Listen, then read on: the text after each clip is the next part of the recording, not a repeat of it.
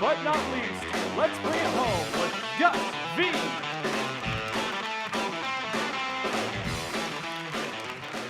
Hey, how's it going, team? Wow, you guys look like ants down there. It's like I'm in a plane. This is awesome. Hi, my name's Gus, short for Augustus, long for G. And just a couple things you need to know for us to have fun tonight. I'm not going to try to get all political on you guys. No one wants that. However, I do have two opinions that are very central to my being that I want to get off my chest. The first is I do not believe in universal health care. I think we should cap it at terrestrial. The second is I think you should choose between owning a pickup truck and having the right to vote. No, I'm not a political person, but I do like yelling in public, so this year has been great for me. I've been to a lot of marches. It's been a lot of fun. I actually went to the Women's March last January, maybe, and that was great. I left early, not because I was against the cause, but because children's choir started singing "God Bless America." And if you've ever seen a movie trailer, that's when helicopters start falling poignantly from the sky. So I was White House down and out of there. But yeah, that's it. That's all you need to know.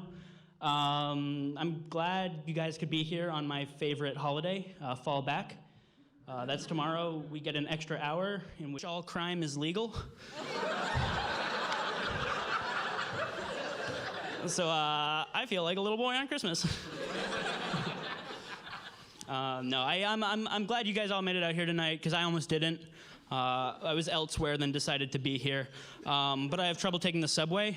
One time I actually got mugged on it, which wasn't that bad in and of itself.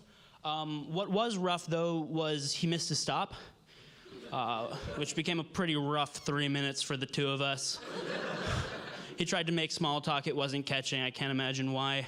So he started rifling through my wallet. He was like, "Man, you don't carry much." I was like, "Well, no, I didn't know I'd have to impress anybody tonight. If I knew there was an audience present, I'd have stopped at the bank. My gosh."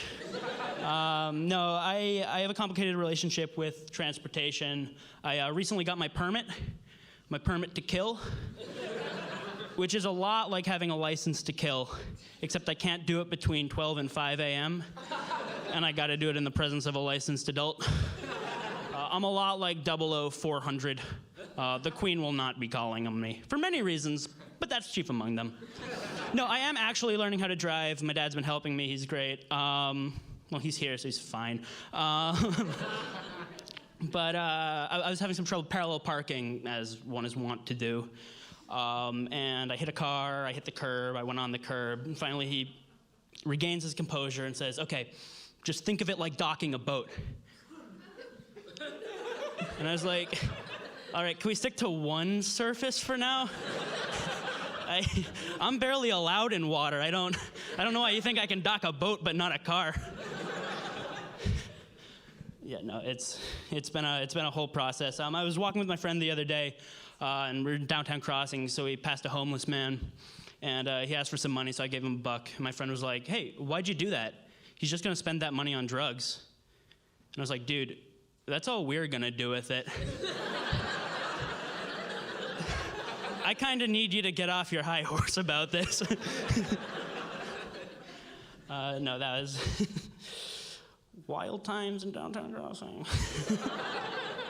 I think most people view themselves as the protagonist of their own life.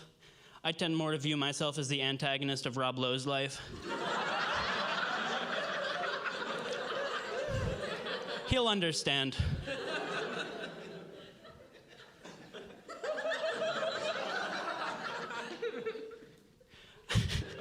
I had a girlfriend.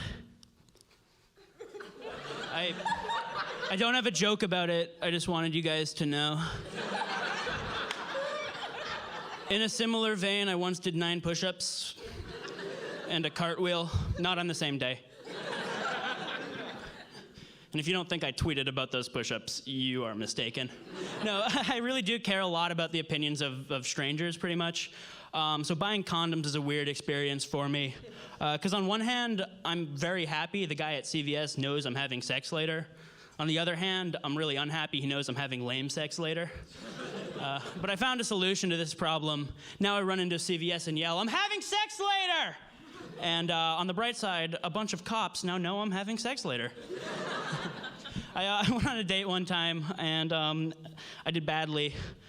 But after it, she texted me. She was like, "Hey, why didn't you make a move? I would have totally had sex with you." And not even like pity sex, like real sex. And I was like, "Thanks?" I'm glad you find me attractive, but why do you feel like you have to qualify it? And I mean, come on, you've seen me for like 6 minutes. You know I'm no stranger to pity sex. But like, sort of the deal is you don't talk about it, right? It's like grit your teeth and get through this, and you'll both end up a little bit happier. But no, really put that horse on the table is an expression I'm coining right now.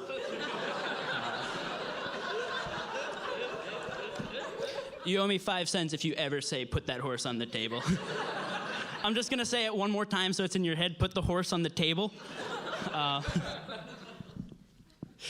think it's really optimistic to wear a helmet skydiving.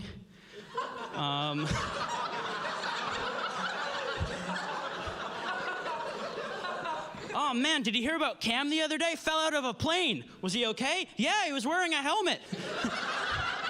Landed right on his head. Not a scratch. We're actually getting dinner later. No, you would die. It would kill you. Many a good man has gone out like that. I was camping the other day with some of my friends, and it was pretty creepy. I was getting a real Friday the 13th vibe out of it. And we were all like telling scary stories, getting more and more scared. And finally, like, we considered leaving. And I was like, wait, I have a better idea. We have an axe. I know where the nearest campsite is. What are the odds there's 2 groups of murderers in this woods? Actually, interestingly, my 9th grade math teacher is in the house tonight. And I think I heard him crying when I said that joke. He's right up there. Good man. I've actually never used math in the real world, so I guess he lied.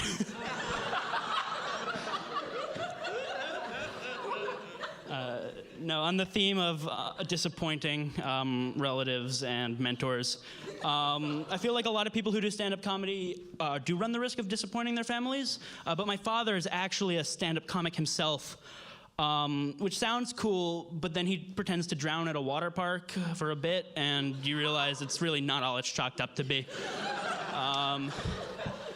But it was hard because he couldn't be disappointed by the normal stuff, so I had to get weird with it. Like, can you imagine coming home at 3 a.m. reeking of alcohol, and your dad asks you where you are, and you're like, "Out filing tax returns, fat ass. Do something about it." Yeah.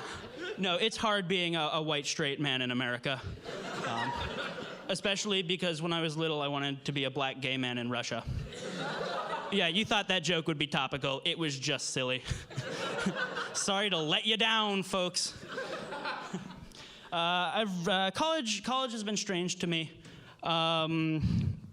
This college in particular. I do go to Emerson. I'm pre-med.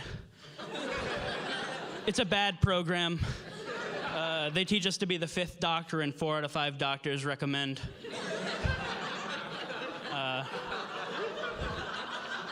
But I've learned some cool shit. I have a new favorite drinking game. It's the drinking game. Every time you take a shot, you take a shot. Try it sometimes. It works great. No, I was at a party the other night, and this guy came up to me, and he said, "You know what I really like to do, man?" I'm like, "What, man?" He's like, "I really like to write essays in my head, but I never like to write them down on paper. I just like to keep them up there." And I said, "My friend, I believe you call that thinking." I do not think you've stumbled on a new medium. I think you've just been existing. Yeah, college is funny. I have classes in this building, actually, and I had a professor I don't like, and I went to the bathroom during his class, like in the middle mark, and he came in after me, which was great because I forced him to use the small urinal. God, what a power rush. Oh, man. The double-edged sword of that power rush, though, is it's really hard to pee through a massive erection.